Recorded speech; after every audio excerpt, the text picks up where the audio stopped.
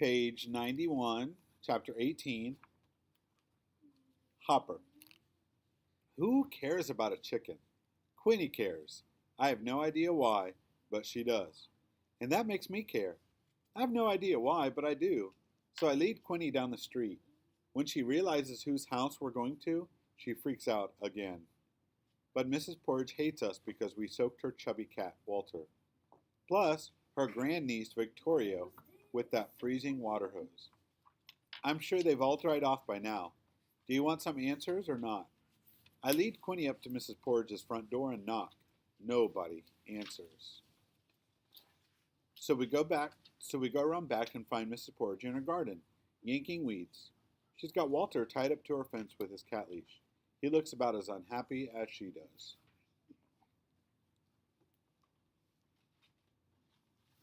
I can tell by this picture that Mrs. Porridge does not look happy, and the cat does not look happy.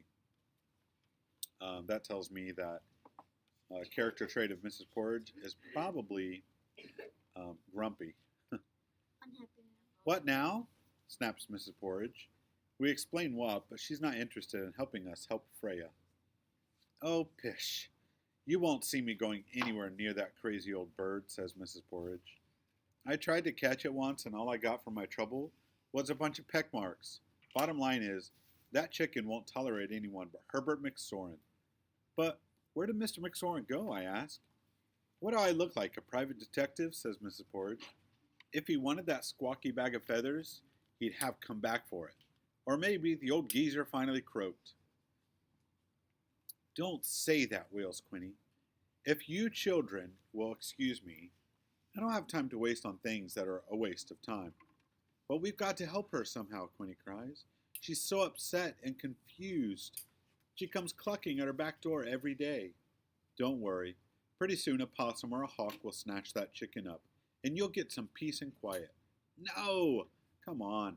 I pull Quinny away. I have another idea. We walk back to my house. I make a phone call to a number I know by heart. No, he's not dead, Grandpa Gooley says to me on the phone. Herbert McSorin is living up in Milford with his sisters now. Quinny pulls at that phone so she can hear too. She squeals and hops up and down at this good news. Her hair tickles my cheek, but it's the good kind of tickle. He can't get around too well since he took that fall down the stairs, Grandpa Gooley says. I know his sister has been back for a couple of times trying to catch that chicken, but it won't go near anybody but him. That's what Mrs. Porridge said, cries Quinny. But there's got to be a way. It's a miracle Freya's still alive. With all the foxes out here, he says. Please, oh please, won't you help us, Grandpa Gooley? Quinny begs. Please. He's not your grandpa, I point out. Well, I'd be happy to give you a ride up there, Grandpa Gooley says, chuckling. But you've got to catch that chicken first. Chapter 19, page 95. Quinny. How on earth am I going to catch a chicken? I put on my sneakers. I do some stretches to warm up. But chasing her doesn't work. Freya's too fast. So I try sitting still. I fill the bowl with dried corn and sit very calm and gentle outside my kitchen door. I hold out the bowl and cluck as chickenly as possible. Bark, bark, bark. I bark sweetly. Bark, bark, bark. Hopper opens his bedroom window and looks out at me. Freya doesn't know she's a chicken, he says. Mr. McSorin always talked to her like a regular person. Dear Freya, I call out, you're the most stylish, most beautiful zebra chicken person in the world. You are special. You are spiffy. You are fan-fluffy-tastic. That doesn't work either. Maybe not so loud, says Hopper. Mrs. Porridge walks by with Walter on his leash. Goodness gracious, we could hear you hollering all the way up the street, she grumps. Then she sees what I'm holding. You'll have to do better than that plain old corn. That persnickety chicken likes worms and freshly killed grasshoppers. My insides shiver. Freshly killed what? Frey eats from our songbird feeder too, says Hopper. And once I saw Mr. McSorin feed her potato chips right out of his hand. Potato chips? We've got a big bag of those in the kitchen. So I make a trail of chips starting at the bird feeder in Hopper's yard and leading over to my house and into my kitchen. But squirrels and birds gobble those chips up before Freya even notices them. I keep trying. I make a trail of Cheerios, mushy grapes, and string cheese. I set out stale marshmallows and leftover spaghetti and croutons, broccoli, tortilla chips, and a big, stinky red onion, too. Piper even hands over a few icky, half-rotted, wormy bits from her collection of backyard gunk. Every morning, I put food out. Every morning, Freya keeps coming by to peck at it, but she won't come into the kitchen, and she always runs off before I can get close enough to grab her. So, I make a lasso out of an old jump rope. I practice lassoing on Hopper. It turns out he's much easier to catch than Freya. Still, I don't give up.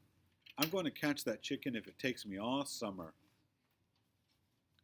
Grandpa Gooley comes to visit Hopper one morning in the middle of August. Freya can sense you coming from a mile away. He tells me, "You've got to sneak up on her." He gives me a big net on a stick from his car. Technically, it's for catching fish, but I'll bet it works on chickens, too. Thanks, Grandpa Gooley. I swing that net through the air. I pretend I'm sneaking up on a chicken. This could work! But what's sneakier than sneaking up on someone? Sneaking down on them, of course. So I build a pile of gummy worms, the next best thing to real worms, and Hopper's bird feeder. Then I climb the big tree next to it and sit on a long, thick branch. Now I'm high enough over that bird feeder so Freya won't see me, but low enough to reach down and scoop her into the net. "What makes you think that chickens don't look up?" Hopper asks from down on the ground. "Shh," I tell him. "Get up here." Hopper climbs the tree and keeps me company as I wait. It's fun at first. We can see my whole yard up from here. His too.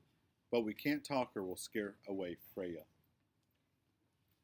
Pretty soon my bottom gets sore from sitting on this pokey tree branch, and my mouth gets twitchy from not talking, and my stomach grumbles of boredom. "Shh," I tell my stomach. Just when I think I can't wait in this tree a minute longer, Freya finally shows up.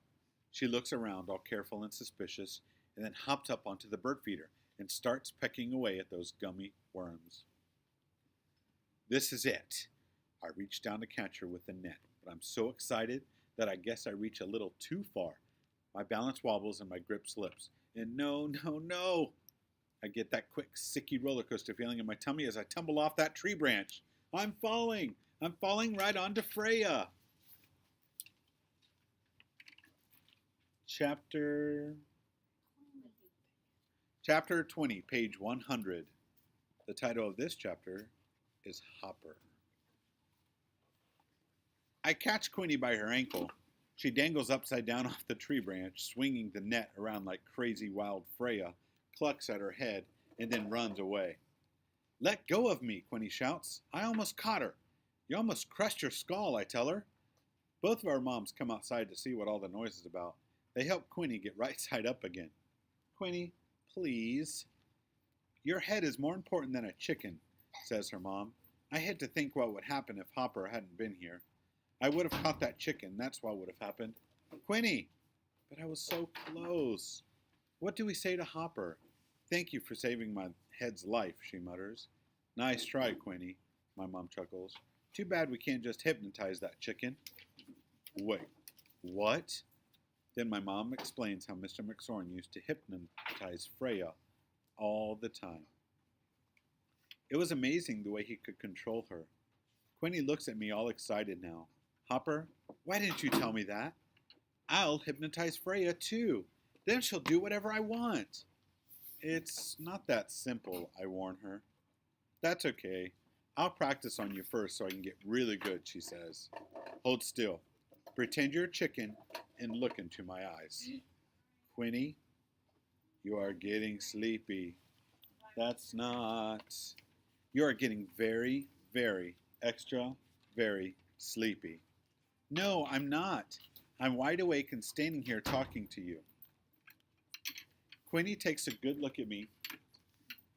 She realizes that I'm right. "Great," she sighs. "If I can't even hypnotize a boy, How will I ever hypnotize a chicken? How about some ice cream, I suggest, changing the subject. Great idea. I am starving. Quinny is always starving. She follows me into the kitchen. I scoop chocolate ice cream into 2 plain cones. Quinny crunches her into her cone before I even finish licking the top of mine. Quinny, if you ever catch Freya up... You mean when we catch Freya, she corrects me. We're a team, remember? A team. I can't believe Quinny said that. Maybe it's even true. Fine, when we catch Freya. I say, how are we going to keep her caught long enough to bring her to Mr. McSorn? I don't know. She's pretty wiggly, she says. That's a good question. Then I take Quinny down to my basement and show her a good answer.